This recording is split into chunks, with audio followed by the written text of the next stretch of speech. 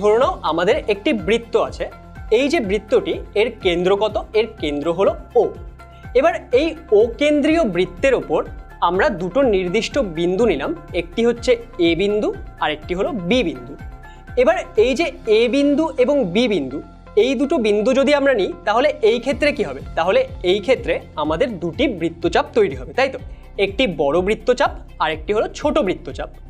এবার এই যে বড় বৃত্তচাপ এবং ছোট বৃত্তচাপ হচ্ছে, তাদের নাম ধরো আমরা বলে দিচ্ছি। বড় বৃত্তচাপটিকে আমরা বলছি এসিপি এবং ছোট বৃত্তচাপটিকে আমরা বলছি এডিপি। ওকে, তাহলে এই দুটো বৃত্তচাপ আমাদের আছে। এবার ধরো এ বিন্দুর সঙ্গে আমরা বৃত্তের কেন্দ্র যুক্ত করলাম এবং বি বিন্দুর সঙ্গেও বৃত্তের কেন্দ্র ওকে যুক্ত করলাম। তাহলে এই ক্ষেত্রে দেখো আমাদের যে এই বৃত্তচাপ এডিপি ছিল, সেটা কি করছে? সেটা বৃত্তের কেন্দ্রে একটি কোণ তৈরি করছে। এবং সেটা কি? সেটা হচ্ছে আমাদের এই যে এডিপি বৃত্তচাপ তার ঠিক সামনে আছে, তাই তো? তাহলে এই কোণটিকে আমরা বলবো সম্মুখ কেন্দ্রস্থ কোণ। তার কারণ কি? এই কোণটি কোথায় তৈরি হচ্ছে? এই কোণটি তৈরি হচ্ছে বৃত্তের কেন্দ্রে। এবং সম্মুখ কেন নাম বলছি? এটা এডিবি বৃত্তচাপের একদম সামনে আছে, তাই তো?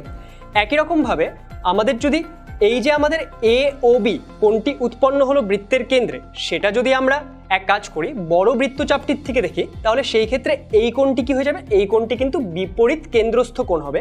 আর আমাদের এসিবি বৃত্তচাপের দিক থেকে যে সামনের কোণটি, সেটা হয়ে যাবে সম্মুখ বৃত্তস্থ কোণ।